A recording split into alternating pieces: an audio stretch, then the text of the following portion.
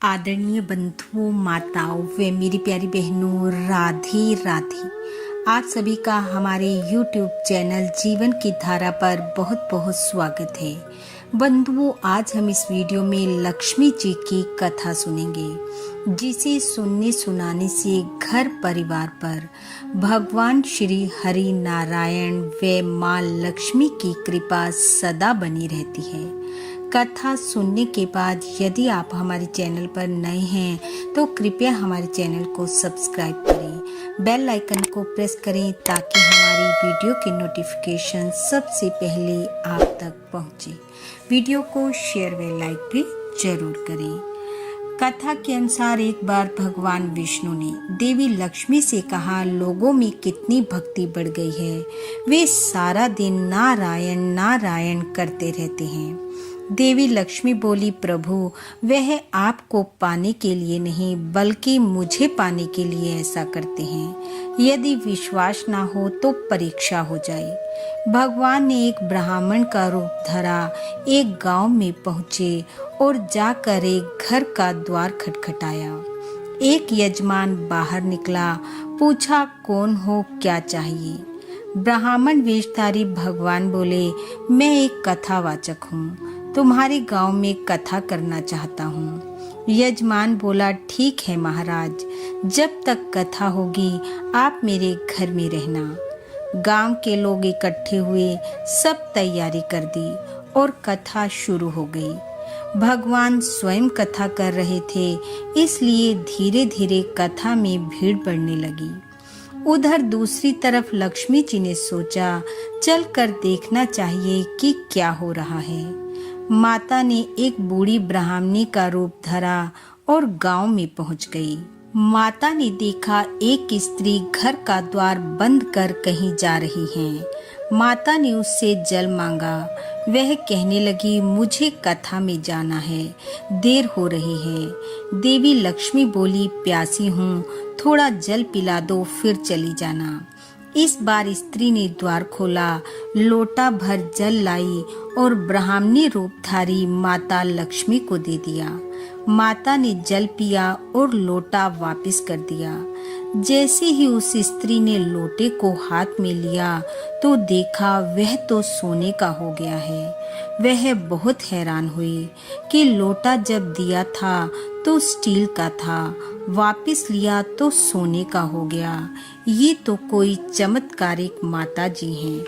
अब वह स्त्री कहने लगी, माँ आपको भूख लगी होगी, भोजन कर लीजिए। उसने सोचा, यदि ये माता जी भोजन करेंगी तो भोजन करने वाले बर्तन भी सोने के हो जाएंगे। देवी लक्ष्मी ने कहा, नहीं बेटी, तुम जाओ, तुम्हारी कथा का समय हो रहा है। यह सुनकर वह स्त्री कथा में तो चली गई, लेकिन वहाँ उसका मन कथा में ना लगा और उसने आसपास की सभी स्त्रियों को सारी बात बता दी। ये बात सुनते ही सब स्त्रियां कथा सत्संग से उठकर चली गई। अगले दिन कथा में लोगों की संख्या कम हो गई तो भगवान ने पूछा, आज भक्तों की संख्या कम क्यों है? किसी ने कहा, गांव में एक चमत्कारिक माता जी आई हुई हैं। जिस बर्तन में भोजन करती हैं, दूध जल पीती हैं, वह सोने का हो जाता है। इस कारण लोग कथा में ना आकर माता जी की सेवा में लगे हुए हैं। भगवान समझ गए कि लक्ष्मी जी का आगमन हो चुका है। इतनी बात सुनते ही जो यजमान सेठ जी थे वह भी कथा छोड़ चले गए और पहुंच गए देवी लक्ष्मी के पास। जाकर कहा, माता जी, मैं तो कथा का आयोजन करवा रहा हूँ और आपने मेरा ही घर छोड़ दिया। माता लक्ष्मी बोली, यजमान, मैं सबसे पहले तुम्हारे ही घर आने वाली थी, लेकिन तुमने अपने घर में जिस कथाकार को ठहराया है ना, वो चला जाए तभी तो मैं आऊँ। यजमान बोला, बस इतनी सी बात है, मैं अभी उन्हें धर्मशाला में भेज देता हूँ। जैसे ही भगवान कथा कर यजमान के घर लौटे तो यजमान बोले, महाराज, आज से आपकी व्यवस्था धर्मशाला में कर दी गई है।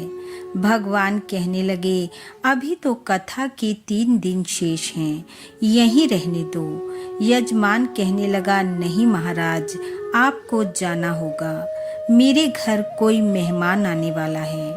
इतने में ब्राह्मणी रूपी देवी लक्ष्मी वहां पहुंची और बोली, यजमान आप जरा बाहर जाइए, मुझे इनसे बात करनी है।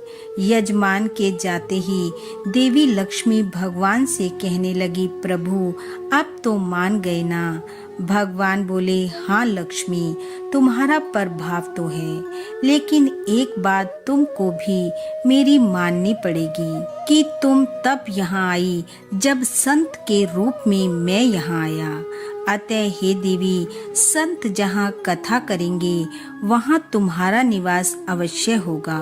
यह कहकर भगवान बैकुंठ लौट गए। भगवान के जाते ही जब लक्ष्मी जी चलने लगी तो सब उन्हें रोकने लगी, लेकिन देवी लक्ष्मी यह कहते हुए वहां से चली गई कि लक्ष्मी को पाना है तो हरि गुण गाना है।